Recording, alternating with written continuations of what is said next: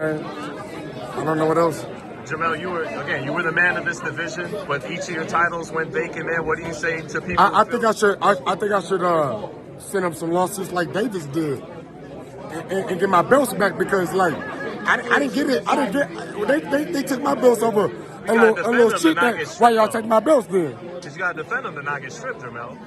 I get that, but I defended. When I fought in 2023, I was stripped of my WBO title before I even fought. So why didn't get my? Well, one way or another, if you don't defend them for 4 years, they're gonna get taken off you. You know I get that, but they didn't even give me a chance. 4 years, motherfucker. I ain't been out the ring 4 years, stupid. Since 154. What the fuck are you talking about? Since June 154. I've been out the ring since 2023, and I've been asking every day to come back. But we ain't gonna tell him that. We ain't gonna tell him that. You gonna hate him. But we here. What y'all talking about? We been here a long time ago. Y'all was giving everybody else fights. Only issue with Earl is he got in the ring for Fundora.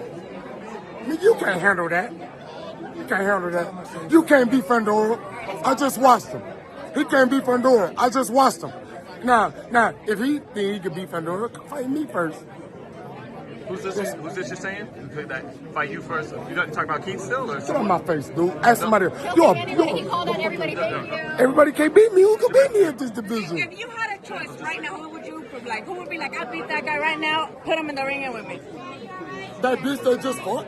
Fundora? What the fuck you talking about? I'm fighting Fundora, he just got the belt. That's my belt. Nobody took my title. They say the left hand, it drop mountains. They say the right hand, he slaying dragons. The untouchable True School Sports Empire, and y'all know the rest, man. Now listen, I wanted to come do a follow-up video to Jermell Charlo. He was going off on the media. I wasn't in the scrum because I didn't even know what happened until I got to the media room. So I want to come get my thoughts on this. I like Jermell Charlo. I think he's he is one of the best 154 pounders of all time, whether you love him or hate him. However, we can't ignore the facts. And, shout out to my brother Sean Tellez. It's the Zettel True School Zettel era. It's the new era in boxing media where we're bringing you guys world-class boxing content on the highest levels. And if we got to press the fighters at times, we're going to do that. Sean Zettel was talking to, a very passionate Jermell Charlo who feels like, you know what? Yeah, we got these champions. We got Fundora in the division. We got, Boots and Virgil and Zen in the division. But this is still my division because nobody ever beat me outright. However, we can't ignore reality. When Jermell Charlo in 2022, after he beat Brian Castaño to become the undisputed champion, he refused to fight Bakr Murtazaliev. In fact, he is everybody gets mad at, people like myself for criticizing, Jeron Ennis and Virgil Ortiz and guys at 154 pounds for ducking the Bakr Murtazaliev fight. Well, guess what? Jermell Charlo was the original fighter that ducked Bakr Murtazaliev because that was mandatory, and he dropped the belt to not fight him. And he refused to reign over the division because he went to go fight Canelo Alvarez for big money in a fight where he didn't really put his best foot forward, and he let the lots be desired with his performance. So I say all that to bring up that Sean Zettel kindly informed Mr. Charlo that he has not been at 154 pounds since 2022. It's been a whole presidential term since then. A lot's changed in the world and in boxing since he last fought at 154 pounds. And Charlo didn't like that. Charlo was pissed off. Charlo still feels like, it's still his division.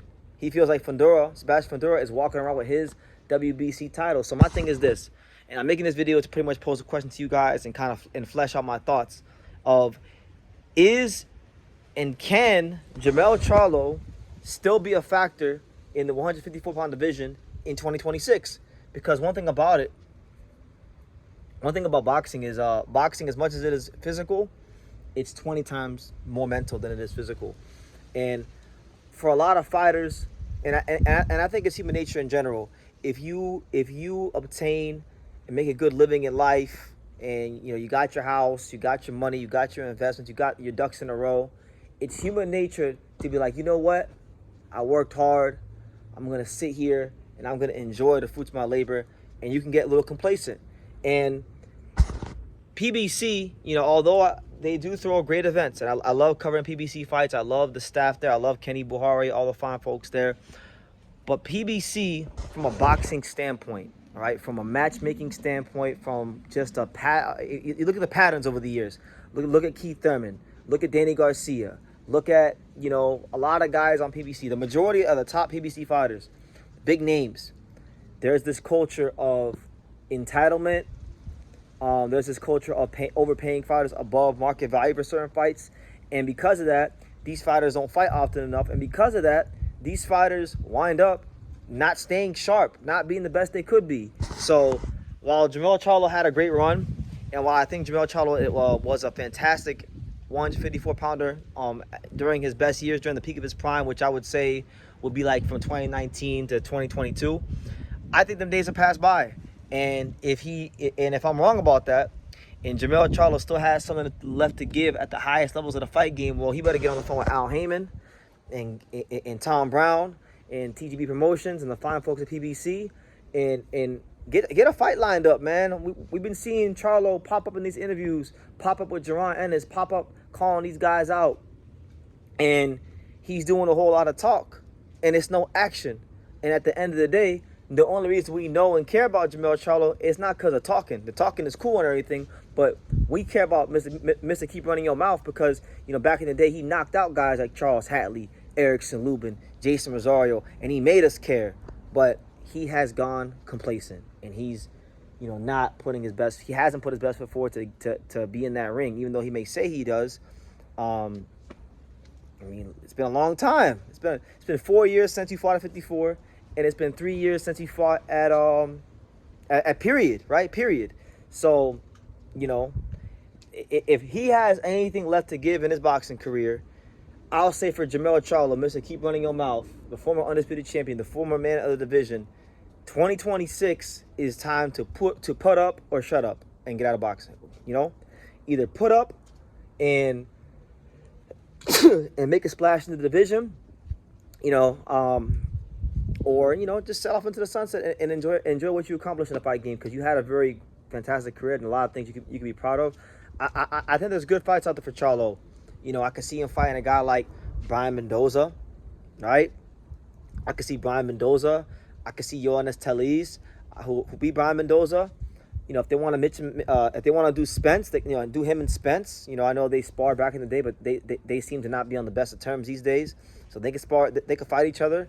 You know, do Keith Thurman. You know, if Keith Thurman was in the press conference last night saying that he still has lots left to give to this fight game in the sport of boxing, and he feels he was wrong. Okay, give Keith Thurman the opportunity to still showcase his skills against Jermell Charlo. You can do a round robin of guys who are at the end of their careers on the back nine, and the winner can go on to continue their career. So I could see Spence, I could see Thurman, I could see Yoenis Tellez, I could see Brian Mendoza. Those are like the four options I see for Charlo.